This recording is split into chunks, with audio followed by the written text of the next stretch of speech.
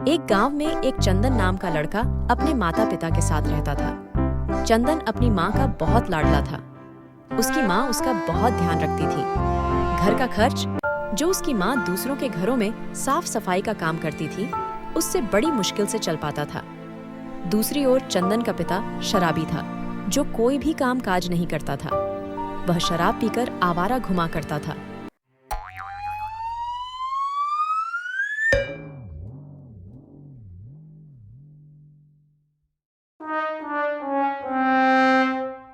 और वह चंदन और उसकी माँ के साथ मारपीट करता था और चंदन को हमेशा डांटता रहता था। चंदन, बेटा उठो, सुबह हो गई है। माँ, अभी थोड़ा और सोने दो ना। माँ, बेटा तुम्हारे स्कूल का समय हुआ जा रहा है, जल्दी से तैयार हो जाओ, वरना तुम्हें देर हो जाएगी। ठीक है मेरी प्यारी माँ। चंदन जल्दी तैयार होकर स्कूल चला जाता है। तभी उसका शराबी पिता आता है और उसकी माँ से कमेंट करता है, अरे बंद कर इस नालायक गधे को स्कूल भेजना। ये कोई कलेक्टर नहीं बनने वाला। अरे मैं तो कहता हूँ लगा दे इसे कहीं काम पर, 2 पैसे कमा के लाएगा तो मेरा दारू का खर्चा निकलेगा। आप कोई काम काज क्यों नहीं कर लेते जो उस बच्चे को फिजूल में डांटते रहते हो? आप कुछ कमा के लाओगे तो मेरी घर खर्च चलाने में थोड़ी मदद हो जाएगी।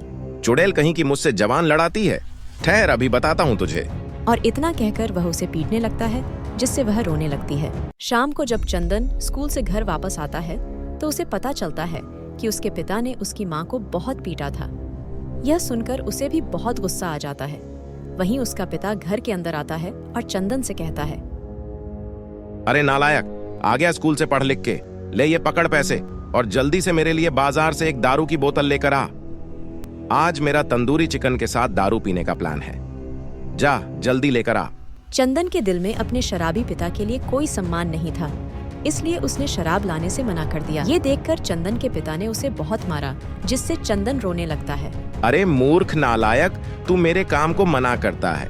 ठहर, तुझे अभी बताता हूँ। तुम माँ बेटे दोनों को बहुत चर्बी चढ़ गई है। मैं बता देता हूँ, मुझसे पंगा लोगे तो मैं तुम्हारी सारी चर्बी कम कर दूंगा। लेकिन माँ से चंदन को बहुत प्यार मिलता था, इसलिए अपने पिता की डांट को भी वह भूल जाता था। इस तरह से चंदन का हंसता खेलता जीवन चल रहा था। लेकिन जल्द ही उसके जीवन में दुखों का पहाड़ टूट पड़ा, जब उसकी माँ बीमारी के चलते इस दुनिया से चली गई। अब चंदन बिल्कुल अकेला हो गया था। पिता से तो उसे पहले ही प्यार नहीं मिलता था। उधर चंदन का पिता जल्दी ही दूसरी शादी करके उसके लिए सौतेली माँ ले आया। सौतेली माँ बहुत लड़ाकू किस्म की औरत थी और उसके आते ही उसने चंदन के ऊपर जुल्म करना शुरू कर दिया। उसने चंदन का स्कूल जाना बंद करा दिया और घर के सभी काम चंदन से कराने लगी। अरे दुष्ट नालायक, उठ, सुबह हो गई है, सारा काम पड़ा है करने को। काम चोरों की तरह अभी तक सो रहा है। काम का न काज का दुश्मन अनाज का, जल्दी उठ नहीं तो आज तेरी खैर नहीं। इस तरह सौतेली माँ ने चंदन का जीना मुश्किल कर दिया और उसका पिता शराब पीते हुए ये सब देखते रहता था। और अपनी सौतेली माँ और शराबी पिता के व्यवहार से तंग आकर एक दिन चंदन घर छोड़कर जंगल में चला गया। जंगल में चलते चलते वह बहुत दूर निकल गया। धीरे धीरे शाम ढलने लगी। वह बहुत थक चुका था। वह एक पेड़ के नीचे बैठकर रोने लगा और कब उसे नींद आ गई उसे पता ही नहीं चला। अगली सुबह जब उसकी नींद खुली, तभी कुछ दूरी पर उसने एक साधु को देखा जो उसकी ओर ही आ रहा था। तुम कौन हो बेटा और इस तरह से इस जंगल में क्यों रो रहे हो? रामू ने रोते रोते अपनी सारी आपबीती साधु को बताई। बेटा धीरज रखो, भगवान के घर देर है पर अंधेर नहीं। भगवान सब ठीक कर देंगे। साधु ने चंदन को ढांढस बंधाया और कहा, तुम्हारे जीवन में दुख की घनघोर अंधेरी रात अब बीत चुकी है और खुशी, आनंद और सुख समृद्धि के नए सवेरे का उदय हुआ है। तभी साधु ने रामू को एक वरदान दिया। मैं तुम्हें वरदान देता हूँ कि अगर तुम मिट्टी से खिलौने बनाकर बेचने का काम करोगे तो उसमें तुम्हें हमेशा सफलता प्राप्त होगी और तुम खूब धन कमाओगे और सुखी हो जाओगे।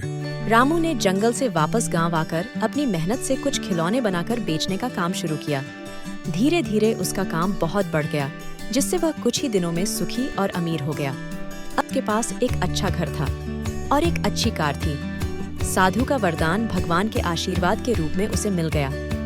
वहीं दूसरी ओर उसके शराबी पिता और सौतेली माँ को एक झगड़े के आरोप में पुलिस ने पकड़कर जेल में डाल दिया।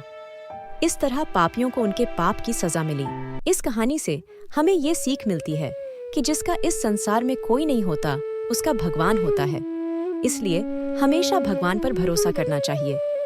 एक न एक दिन भगवान उसकी जरूर सुनता है।